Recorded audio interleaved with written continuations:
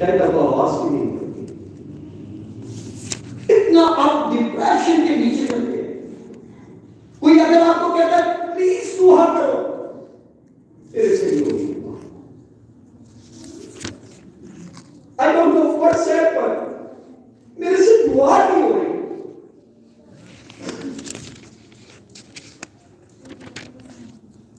اس کے ہونٹ کھلتے تھے پر اس کی آواز نہیں سنائی دیتی. پر ایلی کو گمان ہوا کہ وہ نشہ میں ہے. سو ایلی نے اس سے کہا تو کب تک نشہ میں رہے گی؟ اپنا نشہ اتار. سنیے گا ذرا اس کے ریمارکس. اس نے کہا، اللہ نے جواب دیا، نہیں آئے میرے مالک، میں تو غمگین عورت ہوں، دکھوں اور غموں کی بھری.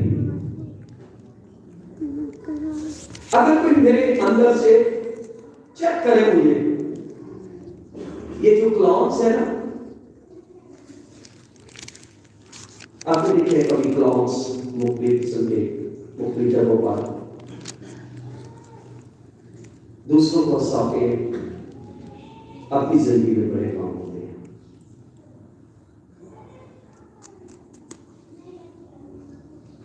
یہ جو اسٹیج کے ڈرامے کرتے ہیں لوگوں کو بہت ہنساتے ہیں. کبھی جا کر ان کے پاس بیٹھے اپنی زندگی میں بہت غم، وہ آپ کے ساتھ بات کریں گے رونا شروع کر دیں گے. آپ پوچھو میرے سے، لیکن غموں اور دکھوں میں سے گزر رہا ہوں. یہی خالص خدا کی خاتمہ کا تھا. بائبل مقدس میں لکھا ہے خدا کے خالق کو گمان ہوا شاید یہ نشہ کی عادت ہے، کا اپنا نشہ اتار. کہنے لگی، اے میرے مالک، میں تو غمگین عورت ہوں، میں نے نہ تو نشہ کیا تھا خداوند کے آگے اپنا دل اٹھے رہی ہوں. میں تو اس کے حضور کی ہوں اپنا دل. اب میں نے یہ سوچنا شروع کیا، شاید کسی کو میری فکر نہیں ہے، شاید کسی کو میری پرواہ نہیں ہے. اس لیے تو خداوند کے حضور میں آ کر میں جھک گئی ہوں. مجھے پتا ہے اگر کسی کو میری پرواہ نہیں ہے، ایک ہے جس کو میری پرواہ ہے.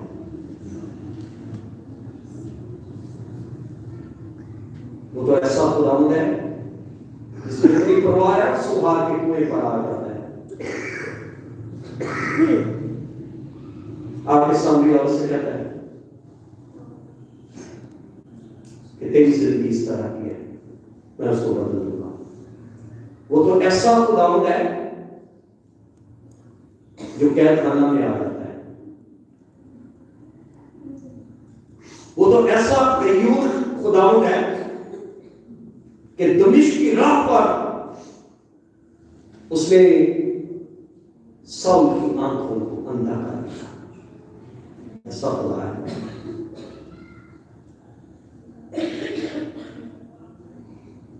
کہنے لگی میں نہ نشہ کیا پر خداوند کے آگے اپنا دل اڑیل رہی ہوں.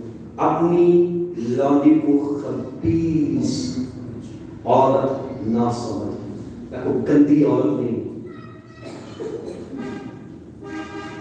میں تو اپنی فکروں اور دکھوں کے ہجوم کے باعث اب تک بولتی رہی. ایک دم خدا کا پاک روح ایلی پر نازل ہوا. اور ایلی نے کیا کہا؟ تب ایلی نے کہا تو سلامت جا اور اسرائیل کا خدا تیری مراد کو جو تو نے اس سے مانگی ہے پوری کرے گا. Prayer changed the circumstances. دعائیں حالات کو بدل دیتی ہیں. دعائیں مشکلات کو